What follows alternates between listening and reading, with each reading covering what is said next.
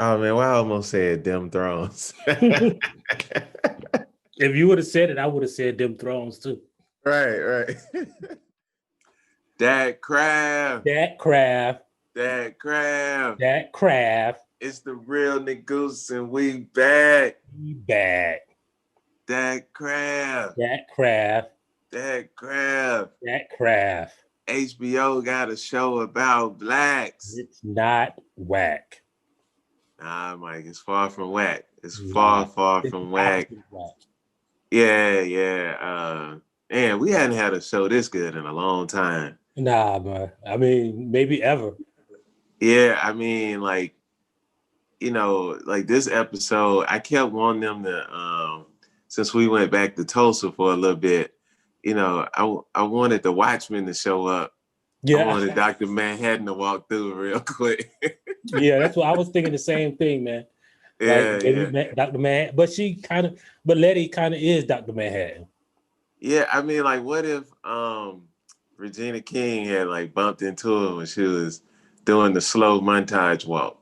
Yeah, she should have at least bumped into what's the first superhero name? Oh, I just know Louis Gossett. I forgot what his name was. She should have bumped into Louis Gossett Jr.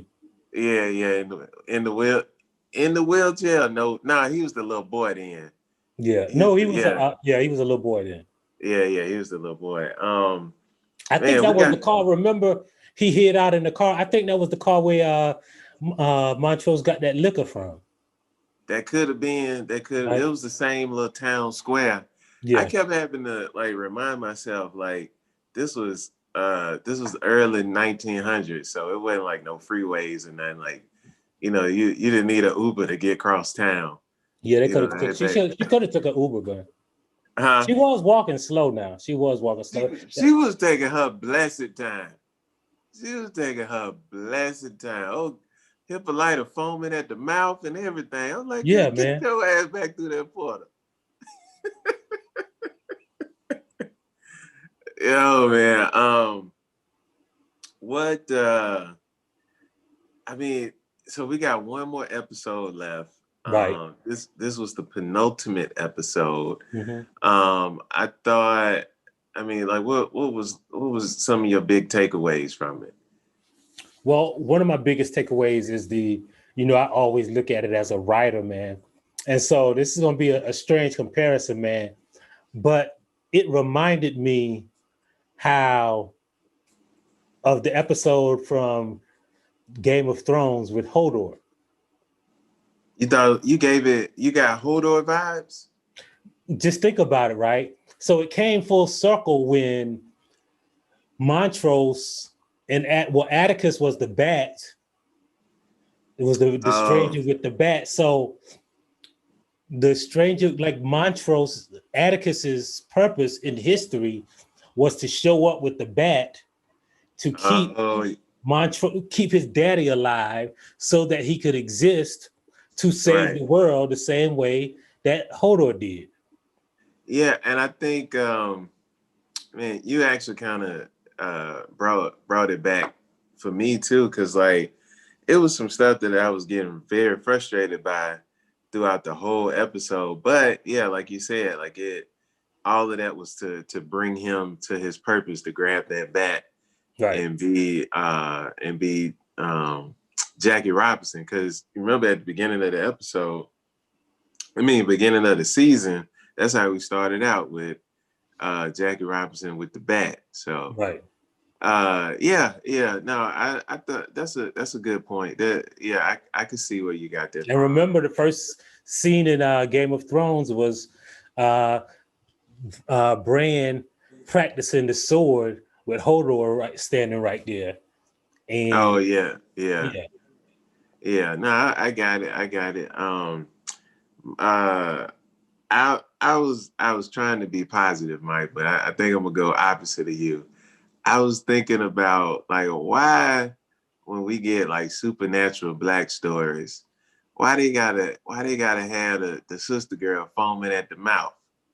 They needed to get her some, like she ain't had like no elixir or nothing there. She ain't had no lemon ice water. to sip on while she was plugged into the motherboard. You know what I mean? I mean, you obviously, man, ain't never been plugged into the a multiverse computer system where you had to actually be. She was a router, man. She was the motherboard. Like She was them old school. She didn't have a wireless router to get them connected to the future to the past. So she had to be wired, man. And sometimes you foam at the mouth. yeah, I mean, like I just couldn't help but think like they ain't do even when uh what's her name, Catelyn Stark, when she got murked out, she had the deep bellow voice, but she wasn't foaming at the mouth.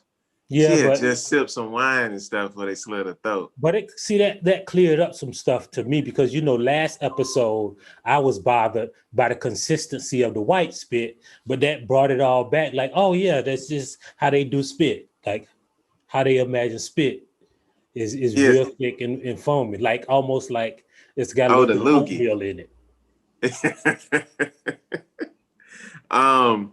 Now one of my prouder moments of the episode, being a native of Birmingham, you are a resident of Birmingham, having the poem, and both of us are poets, having Sonia Sanchez poem be played while the matriarch burn up in the house. That's another Right. thing. Why they had to show her burning up, Mike? I They think wouldn't they wouldn't have done Betty White like that. I think that the point of all that horror, man, is to bring home the like again, I keep saying this in almost every episode, but the scariest shit about being black in America is the real shit. Like you don't even really At the have white, to make nothing up, right? Like mm-mm. the worst part of this whole stuff is the real things that happen to black people. that white people were the active participants in. Not just active participants, the instigators. They the instigators. I mean, just their whole. They have just been a gnat in our sides. Like Right? Those people were at their house just trying to survive, man. that's all they was trying to do. The whole family got burnt up. And then when the white dude hopped out the car, uh, doing eeny, meeny, miny, mo, I'll never forget when I found out what it really meant. Like, and it's people still don't know that that's where it come from. That come from some evil white man's mind. The eeny, meeny, miny, mo part, like, and the fact that they just threw that in there is like so on the nose, and it's so with what you're saying. Like, the worst parts have been just what white people actually did. Yeah. Yeah. Uh, yeah. So let's get into the show. Let's get into the show. We started. I was thinking about another thing you say is like how each episode has like some different genre of horror.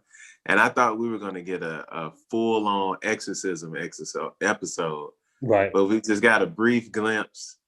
They showed Dee's arm, and Dee's arm really looks like how my hands have looked, having to wash my hands every 5 seconds during COVID. Like, it Right. needed a lot of lotion. Right. Right. I wonder if they explored whether a salve would help her. Yeah, I don't think that looked like she was past sad. Okay. That was a bit of a post Satham depression that Okay. had taken over her arm, and the full Lil Wayne had taken over her. Yeah. She had turned all the way into Wheezy. Yeah, that she did, and they had to exercise the Carter 5 and 6 up out of her. Right. Yeah. Well, so what did you think about that? That's how we started. Yeah. The I loved when Dee's mama Hippolyta showed up at the house, like like she just been around the multiverse, and she just show up, just like he may not come when you want him, but he always right on time. On time. And she came through like she hadn't even been nowhere. Right. And And yeah, we need to also acknowledge that how right we were about Dee's arm, about how that Hippolyta was going to come back. We both said that. And mhm. most of our predictions were right since probably the second episode. We've been saying, "Oh, uh, George is Atticus's father." We've been saying that the whole show, Right. right? Right. So we predicted that.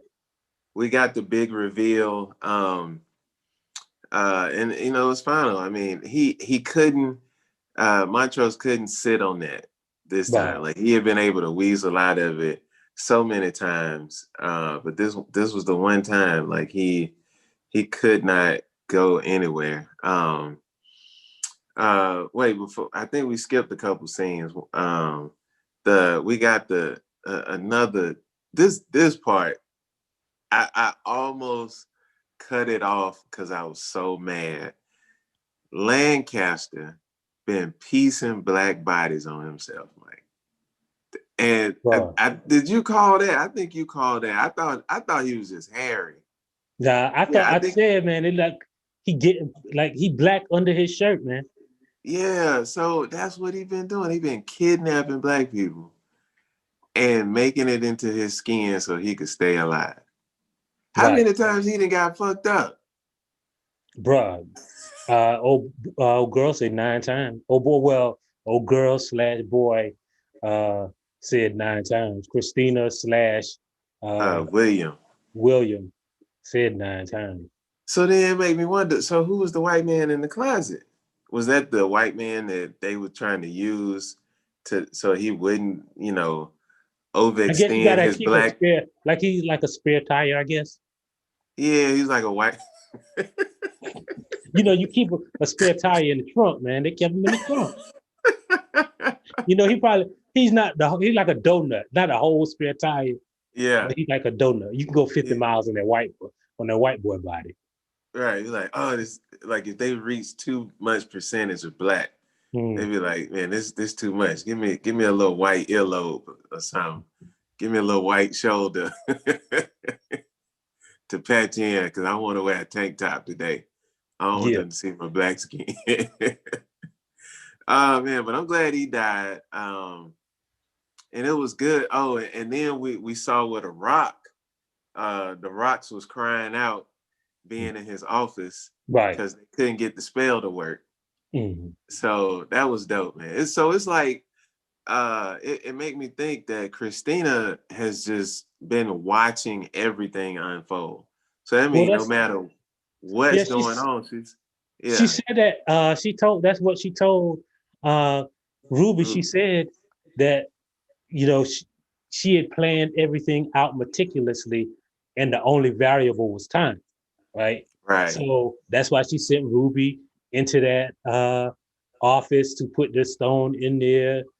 Mm. All of everything in the series we see now was all planned out by Christina, up including Atticus coming to Autumn. Mm-hmm. Mm-hmm. Yeah, I don't Ruby done been through it, right? Right. And I don't know if I necessarily agree with her now. Like, is she in love with Christina? I think she I think she kind of is in love with Christina, but I think she is also like Montrose in that she's doing the wrong thing to help protect the people she loves. Like Montrose keep doing fucked up things to Right, protect people he care about, and I think Ruby is doing the same thing. She don't care really about Tick. She really is trying to protect her sister. right. But she don't care at all about Tick. Nah, But she's I like, you just can kill feel him long as you keep your hands off my sister. I know, but like I just don't know how I feel about her being pussy whipped. Like white pussy ain't. I mean, come on, bro. Like you are a grown a fully grown, voluptuous black woman, and you brought to your knees by a little white pussy? Come on, Mike. But it's all part of her plan to like sabotage Christina? We gotta see. Like I got faith in Ruby, man. I think I got faith in Ruby. Cause Ruby, to me, she reminds me of one of those people who was got close to the master so she could set the fire at the plantation on the day when the revolt started. Ruby is giving me Sansa vibes. Sansa had every opportunity to change her outcome. I mean, we know how it ended up, but still, like, you purposely endured some fucked up shit, and the payoff wasn't really worth it like that. You could have pushed that nigga over the edge, you know what I'm saying? Just took the L then instead of living long enough to be raped by Ramsay. Like, yeah. But I don't know. I think we gotta give Ruby some credit. She ain't had no job. She ain't have, she wanted to she got her dream job through the white man got her dream job, got her a little money, a place to stay. But Mike, like, how did like so me and the wife went back and watched. She was comfortable enough to watch the first couple of episodes because I had been wanting to go back and just kind of piece everything together to see how we got where we are. And one of the things that I noticed going back is that Ruby wanted to work at that department store so bad. She did, man. Like, she really did. I mean, like, we saw how it played out, and I just remember, but like her first 3 times on screen, the only thing she mentioned was working at a department store. And it's like why? She had this image, like she don't love herself. Now I think, man, first of all, that was the reality of like living in that time in that world where, if you ain't like a doctor or a lawyer, to work at a department store was the ultimate goal. I mean, I get it. But I don't know. I guess she didn't want to sing forever. But she was just a that was just a local band, man. She wasn't, I don't think they was giving out record deals like that back then.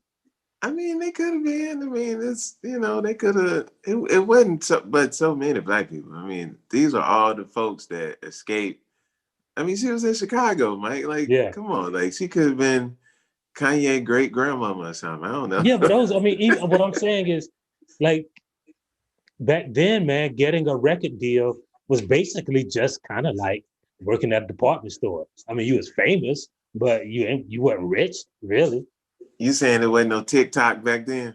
Nah, I don't think so. I don't think so. I don't think they could just upload their music to Spotify. Right. Like, she was basically a SoundCloud rapper, man. Nah, they had payola back then. She could have, got a little money to the side and took it to the radio station. Yeah, man. She was just SoundCloud. She was a SoundCloud rapper, man. When she got in the car with Christina, did you think about when Tupac was in the car with Suge Knight in Vegas? Yeah. That looked like almost the exact same scene. Like, right. I was like, God, dog, she's gonna get murked out in the passenger side, because we never saw them again, or did we? Did we see them again? Yes, yes, we did. Yes, they went to the thing where they had the lipless white lady in the coma. Right. Yeah. And that's when. So do you get the feeling that Ruby hates men? Nah, I get the feeling that Christina hates men.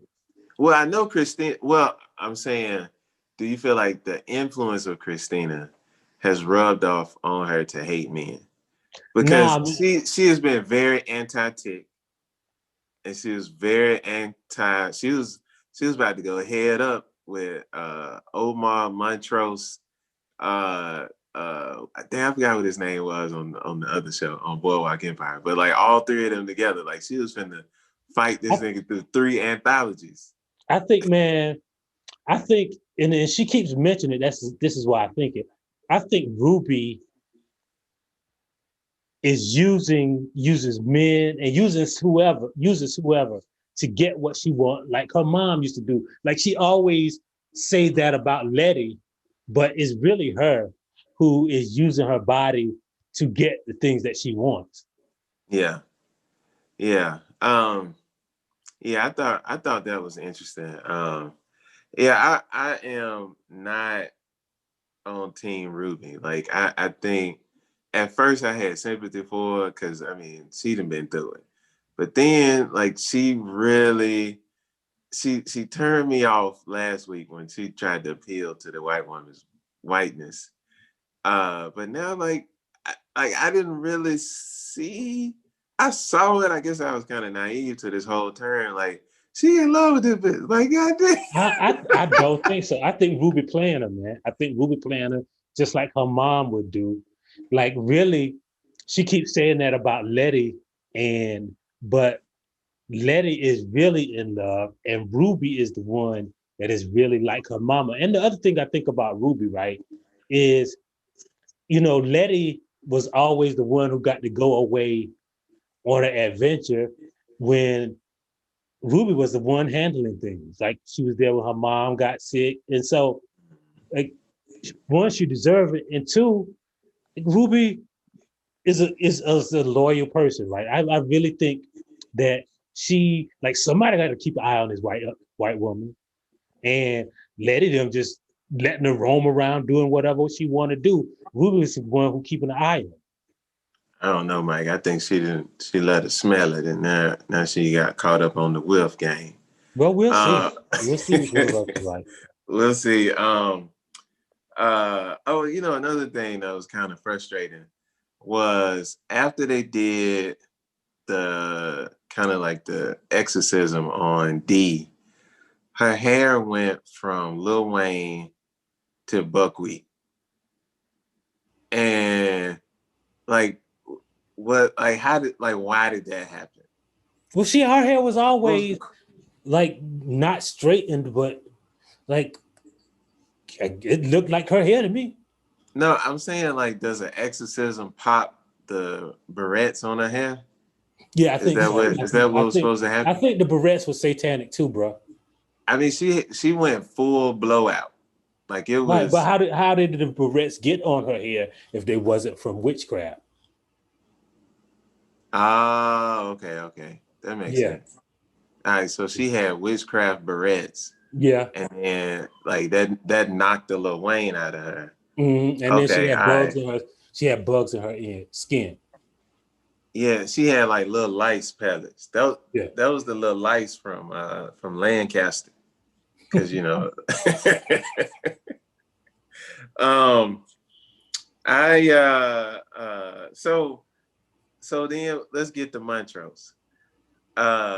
Montrose got drunk before you time travel. Is that word? Is that what happened? Like, was I it mean, too I heavy always like for to him? have a little drink before I go back to the past, man. And, get into a time machine. I like to have a couple sips, man. But Uh, like, but Mike, you know how to hold your liquor. mhm. If you have a history of being ever fully incapable of holding your liquor, do you travel back in time? I mean, man, look, he went across town.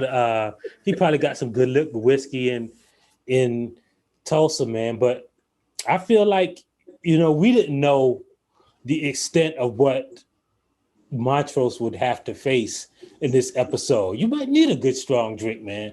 If you go see your daddy who used to whip your ass, if you going back to the day the only person you really kind of loved was shot in the face on Mm. you, and He I had his think whole ear I blown can't off. blame him for having a couple sips, bro. Yeah, I mean, I mean, if he'd have smoked a blunt, I wouldn't have been mad. well, I mean, my thing is like, if depending on what you drink, when you sober up, will you remember that you went back in time? Yeah, I think he'll remember, bro. I don't know. Like he ain't no blackout drunk. Okay. All right. Yeah, I was kind of curious about that. So we got Hippolyta. She was the motherboard.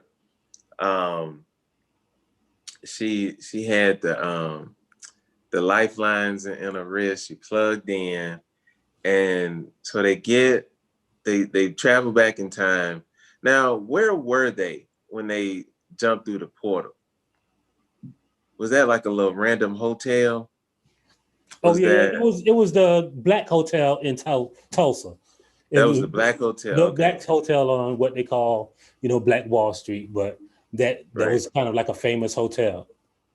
So this was 1921, Mm-hmm. uh, and they show as soon as they walked out, they showed what could be confused as a younger Ruby and a younger Letty walking down the hallway. But that's not who that was, right? No, I don't think You, so. you know, you know, we always get an Easter egg, and then we get on the internet tomorrow, and we find out it was the whole Lil Rock 9 on there. We're like, Yeah. man, how was I supposed to know that? So, but no, I don't think that was the two of them, right? No, I don't think so. Okay. They was just having a random combo. So apparently, um, Tulsa had a K&G store in there because they stopped by K&G and picked up 3 outfits. I think that was Ross dressed for less, bro. You think it was Ross? But Yeah, I know that Steve Harvey yeah. Them got K the and G suits, deal. them suits. You right. Those suits were from K and G, bro. Yeah. So this was, Steve Harvey popularized the That's Steve 28 Harvey button suit. granddaddy. Huh? Them Steve Harvey granddaddy suits. Right. He popularized the 28 button suit. I think this was back in the time when it was cool to just have 4 buttons. Yeah. You didn't really need a lot of buttons to get through, but it had that length. It had the classic K&G Steve Harvey suit length. So that's how I knew, that they had found that's what that was. So they was walking across the street. Do you feel like I, do you feel like they had to bring Montrose? Like I don't know. I know how it all played out, but like was it a necessity? I guess he was the only person that knew where to go, like knew the directions. Mm-hmm. He knew where. Yeah, they had to bring him. He knew like when after he got his butt whipped by his dad where he would be going, so he led Tick there. Mm-hmm. So yeah, like Montrose was the necessary person. Like I don't understand why Letty had to go. Yeah, I didn't. Well, yeah, I don't know why I let it. I thought somebody was gonna stand back and check on Hippolyta. Obviously, Yeah, somebody needed to be there. right. What if she'd lost her Wi-Fi? What if somebody had bust through the door like they Yeah, did the last time? I mean, I just yeah, feel like she needed like some cookies or something. yeah, Your sugar get low when you like plug yeah. into a computer. She needed a Snicker, bro. Yeah, she needed something.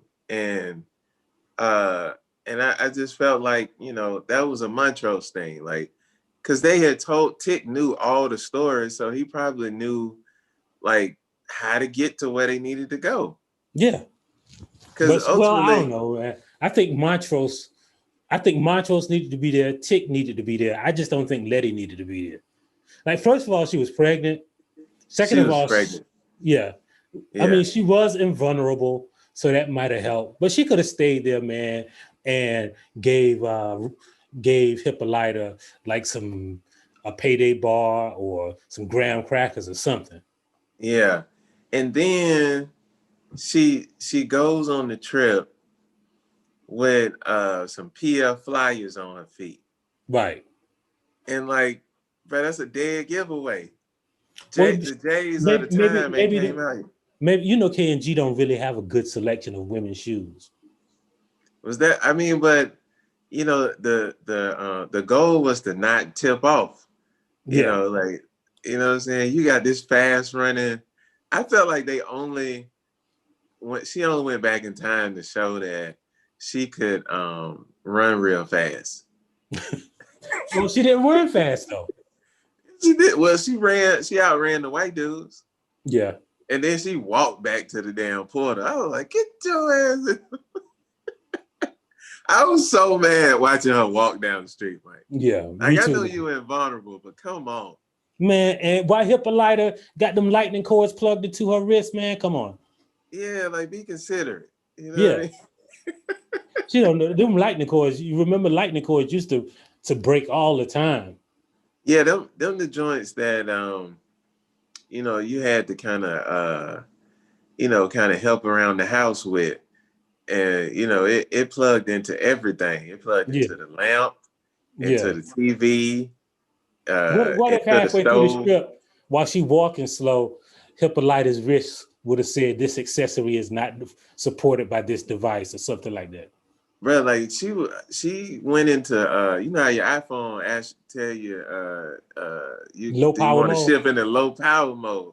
She was out of here, bro. Like her hair turned blue. She turned into Storm. Yeah. I'm like, man, get your ass through the That was the character that D had created. Oh, so it was. It was the character on the comic book that the people found after she came back from the future. Yeah, so it was, man. That was good. That was a good origin story. Yeah.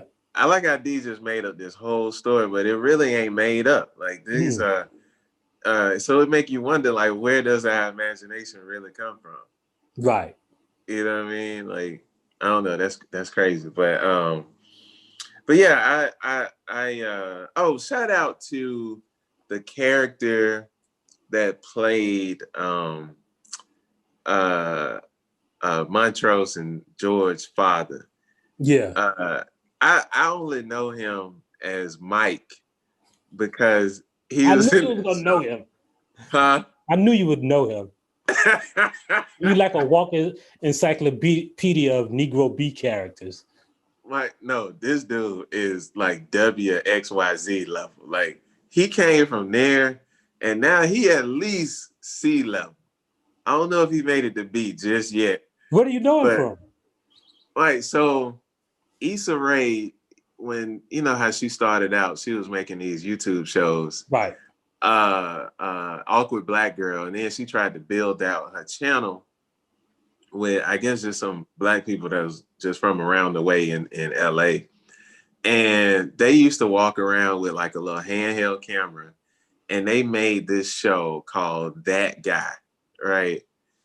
That Guy was probably one of the best yet absolute unknown shows that you could ever find on the net, right? And Mike was that guy. He was like the main character. It was him and like his friends.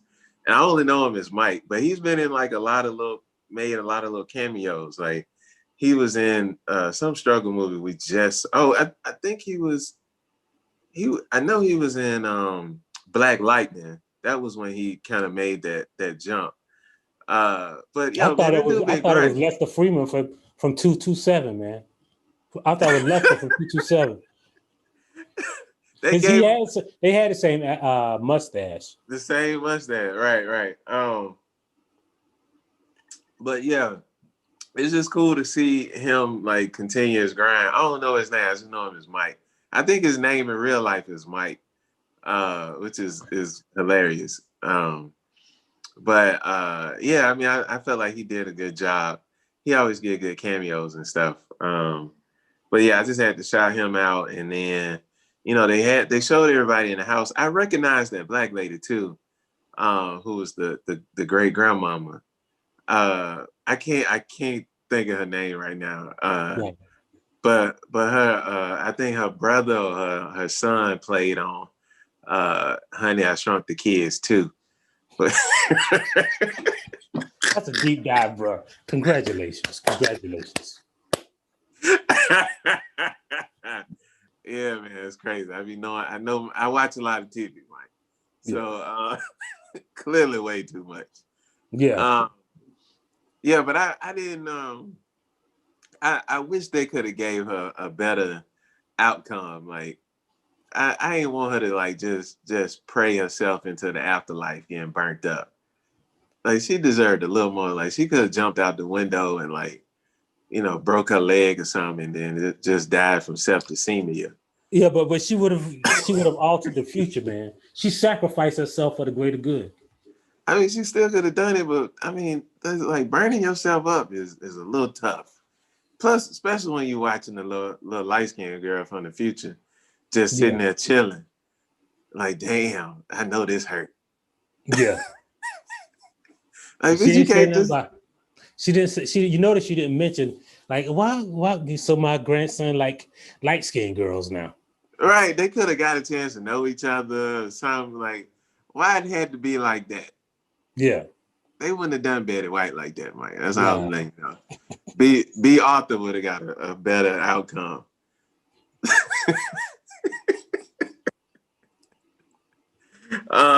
Yo, man, I mean this was such it was a good episode.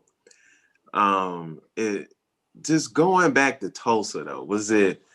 But because HBO had given us the emotional scenes with the Watchmen and Tulsa, did you still feel that same level of emotion seeing it from Yeah, this I think I perspective? felt probably more emotion from this scene of Tulsa than the from Watchmen because in Watchmen, first of all, the scenes from Tulsa they were like we didn't know the characters like it was at the beginning, so we didn't have a connection to the characters yet Mm-hmm. that we would in this show.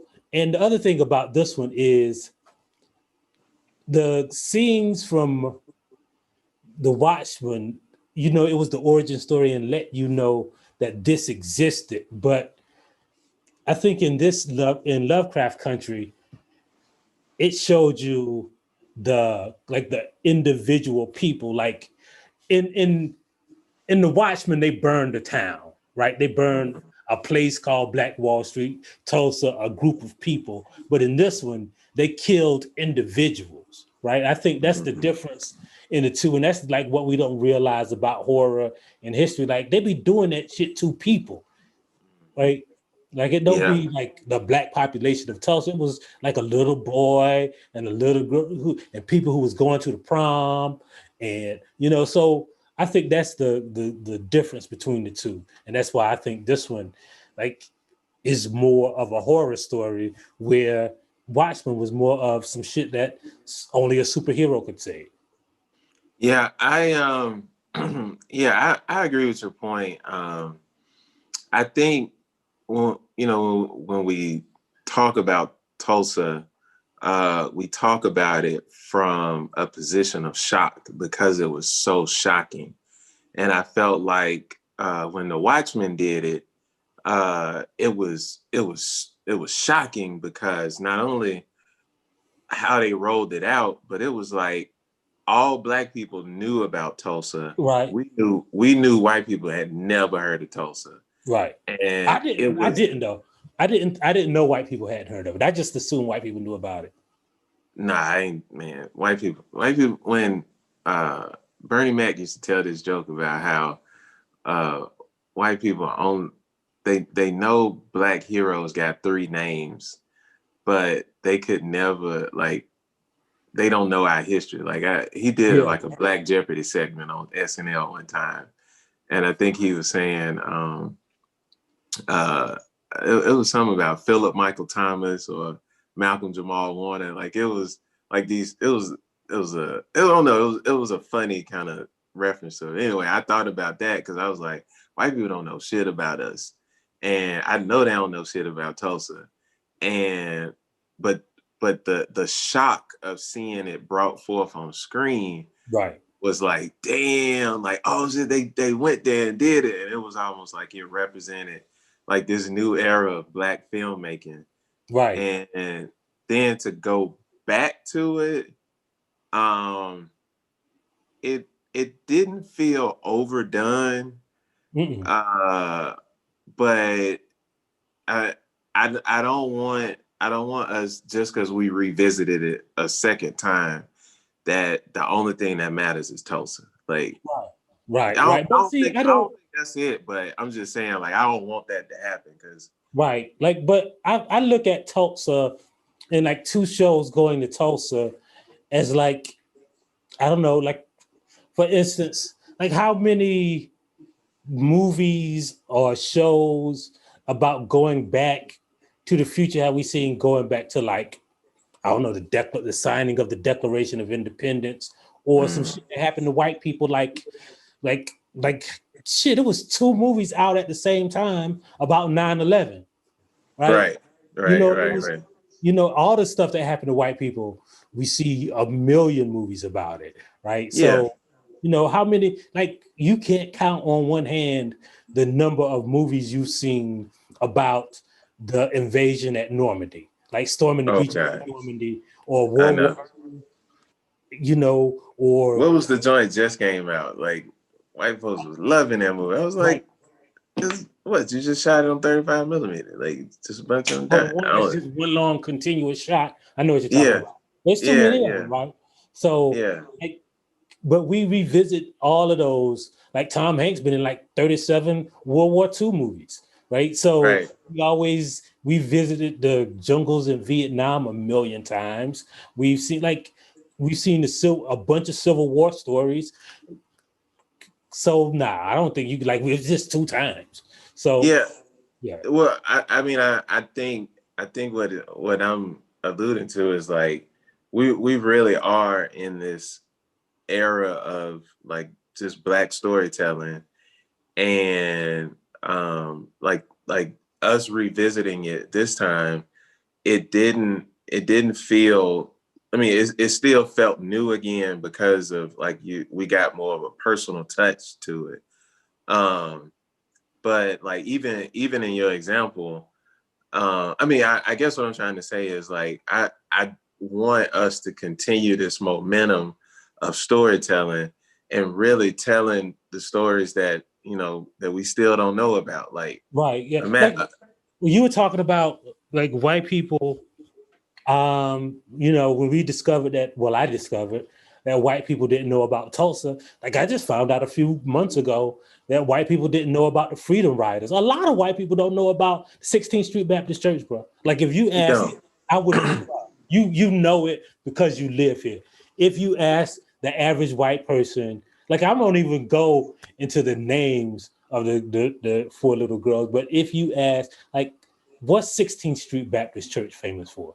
Like, I guarantee you, the average white person outside of New York outside of Alabama won't even know. A lot of white people don't know about the Tuskegee experiments. Like, there's right, a lot, like, the stuff that we take for granted that we know, like, white people don't know. Like, I'll give you a good example, right? So I had this conversation. Like, I'm always reluctant to talk about, when I write about, like, the civil rights era.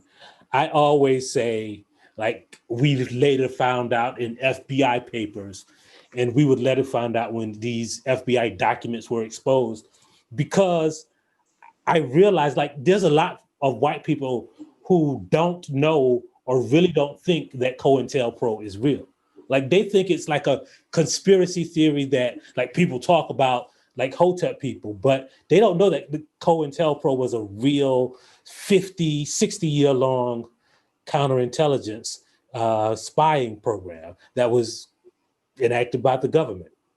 right. They will dismiss it as conspiracy theory, Right. and I mean, first of all, they not going to accept it, or I yeah, I mean, it's so much, it's so much. Even um like imagine like a story like the Children's March, Right. or Oh, well, like, I would say 90% of white people don't know that even existed. oh yeah, totally, totally. Dynamite Hill. I mean, I'm just talking about the stuff that happened in Right. Birmingham. You know what I mean? Like, you know, even think about how much they don't even know about Dr. King. Yeah, they don't know that most. Like, I would say most people don't know. Like, oh, they bombed Dr. King's house when they tried to bomb 16th Street Baptist Church, and people like, what? Like, they Right. don't. People don't know about that. People don't know that most people don't know that Martin Luther King was stabbed before. Exactly. They don't, and it was in Birmingham, right there, Ella Hall. Yeah. People don't know how the folks in Mobile stopped him from getting off the plane. Like all of those kind of stories. Even within the characters that they know about. I mean, I don't mean to say characters, but I'm saying this because that's how they look at it. Like they don't look at like we look at them as heroes because they actually were real. Like we don't Right. have to look up to Iron Man or Superman. Like these folks was in our community and right around the corner. Like our grandmamas can tell stories about meeting them. You know what I mean? Like Right. show you pictures like with A.G. Gaston. Imagine them knowing about A.G. Gaston. Yeah. Yeah, and so Well, most, yeah, or Shuttlesworth to me is the most courageous figure in this civil rights movement, but oh nobody don't know about him. right, but that yeah, exactly. And even I learned a story I didn't know about him. It's a picture of Dr. King and Coretta Scott King when he was accepting the Nobel Peace Prize. Mhm. And damn, where was it? It was overseas Yes, and Sweden. Sweden. And uh,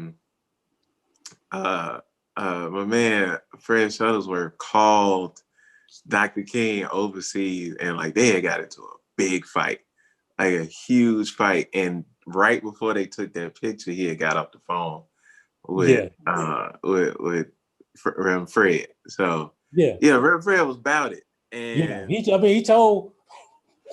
told. I mean, he told Martin Luther King, "You got to stop coming here if you're scared, bro.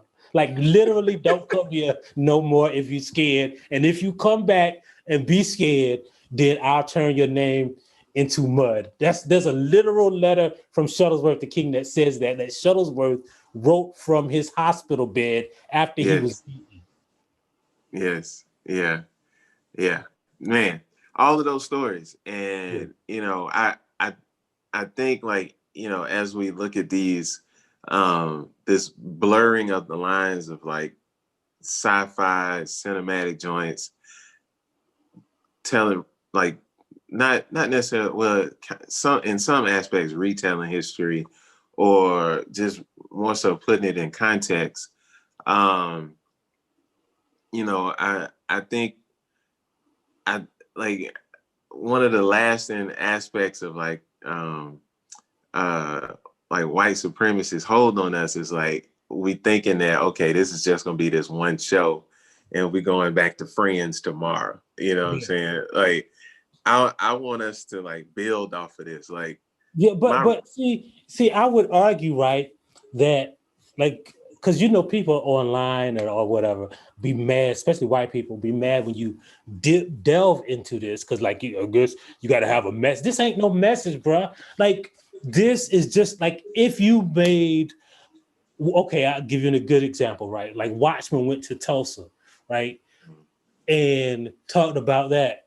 But like Superman was essentially a political, like Superman went back to the Declaration, back to the Revolutionary War. Superman's motto was like truth, justice, and the American way. They be embedding whiteness into their superheroes, and they don't like they want us to just have some super imaginative shit just like out of the blue when all of their superheroes, like what is Captain America except the World War II hero? Like all of that shit, like Captain America emerged from World War II the same way that these characters went back to Tulsa. right, because it's like they created super soldier serum, you know, and gave it to the white man, but like the Tuskegee Airmen ain't need that. You Nah, know what I mean? They it's was the just white man. black. So, yeah, I mean, all of that brings us to just this show that has one more episode. It's saying season finale, which is positive. It's not saying series like we got with The Watchmen. I think, you know, when we talk about too scared, I really think the dude that did The Watchmen got just scared. Like he was shook. They probably saying death threats to him. He was like, man, look, I'm only just gonna do one season of this shit. Man.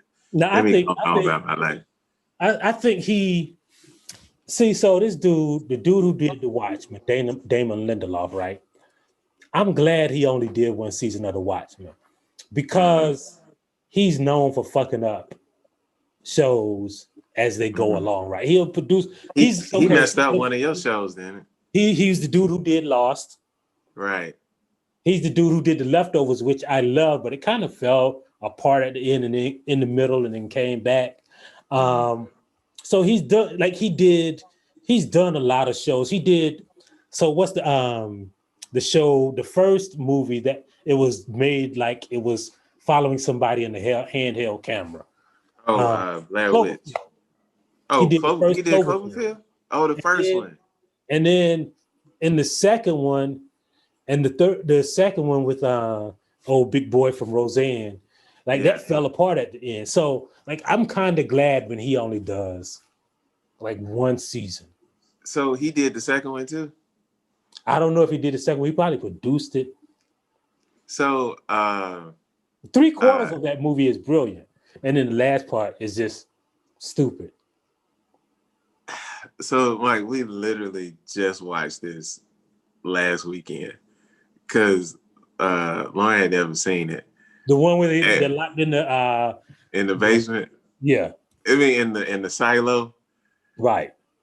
So I actually like the whole thing, but I know why you said what you just said about it. Like, cause that third act when they reveal the aliens and everything, is that what you're talking about? Yeah, or the third act was trash.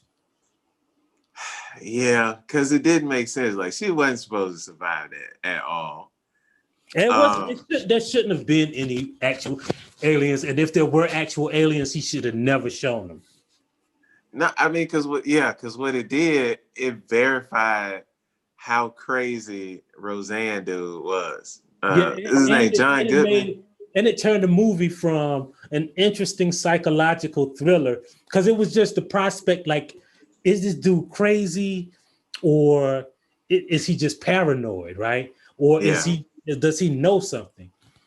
And then the third act was just, oh no, it was just aliens for real. Yeah, but see, like I rock with the aliens. What I didn't rock with was like how they just threw this Saturn car just sitting there chilling that wasn't there in the first shot. The only car that was there was the truck. And I'm like, why would you choose the truck over the other car? And I know that was that her car? I don't know. I hadn't seen that movie. I saw it when it came out in the movies. So yeah, it's been a while. I did too, but we literally just watched it. We was trying to do like a whole Halloween I just hate that there were monsters. And if there were not that there were aliens, but that he had to show them and just make it into an alien. They just like that's what he did with Lost, right? He started out as nobody knew what this island was, and you didn't know if it was purgatory, if it was heaven, if it was dead, if it was an actual place on Earth. And then all of us, and he just said, "Oh yeah, it was just some. Everybody was dead." Well, I'm glad he didn't do that with The Watchmen, and I'm glad he didn't do that. I'm glad they didn't do a second season because I really thought that was a complete story, right? And if you were to bring it back, like, I mean, I don't think you could tell as good a story as you told, right? With just that love story with him and Regina King, like that shit was beautiful. Yeah, all he could do is make it. At best, he could only make it as good as the first season. It would never be better. So why even bother? to make something to do something the equivalent of what you've already done at best. Which brings us back to Lovecraft and a question I asked you a couple episodes ago is we know the main Black stories, but do we get deep enough into Black culture that we pick out Black people that Black stories that only Black barbershops discuss, like Umar Johnson, or like the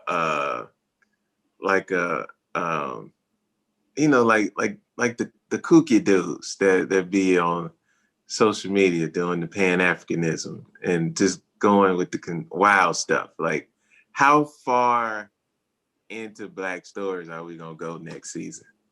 Or maybe this is a question we should wait to next episode to answer. Yeah, there are a lot of places that we could go, man. Like, we keep going back to the Tulsa massacre when there are literally thousands, hundreds of those massacres all over the country, right? Like one of the most interesting ones to me is in North Carolina, there was a whole war. And Riley Durham. A literal race war. We could go there, right? Like, we could go back to, like, they could go forward after the 1950s and go to other riots. They could go, like, there are people apologizing for in North Carolina for a riot, a race massacre that happened in 1976. And we think, oh, it was way back then. Like, nah, bro. After we were born, they was doing this shit. After I was born, they was doing this shit. Like Operation Move was in the 80s. And that was what I was just about to say, because that's what I think about when I think about bombings that the government has carried out. You know, at some point we got to talk about that. We got to bring that to the show. Just like the nuances to it. As this show was going on, man, during the time period that the show was going on, they were spraying East St. Louis, Missouri, with radioactive agents to test chemical weapons. They were kidnapping Black children. In Baltimore, as this show was going on, they were not kidnapping. They were telling Black parents that they were going to give their children a tonsillectomy, 300 and something Black children. And instead, they inserted radioactive rods into their noses just to test the effects of radioactivity on the brain. Like, we don't have to. Like, there are a bunch of these stories that do sound like people talking shit in the barbershops, but they are absolutely real, documented cases. Yeah. It's tough. Man, that'll drive you to drink, like Montrose. yeah. That's why I can't blame Montrose for wanting to sip, bro. Well, that's what's up, Mike. Well, can you imagine living through that, man? Man, can you imagine living through it, knowing, and then traveling back in time to see it again as an adult? Yeah. Everybody around you was killed by white people. Like, how do you not become a serial killer and just start murdering them on your own? And that is proof of the fact that we are not like them. And it also proved that there's a flat time circle between Montrose and Omar. Right.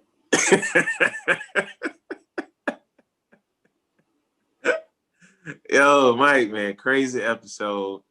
We'll be back. This is the last one. Dat Craft.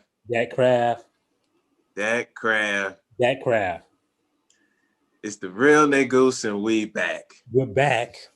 One more episode, Dat Craft. Dat Craft. Dat Craft. HBO got a show about blacks. And it's the opposite of whack.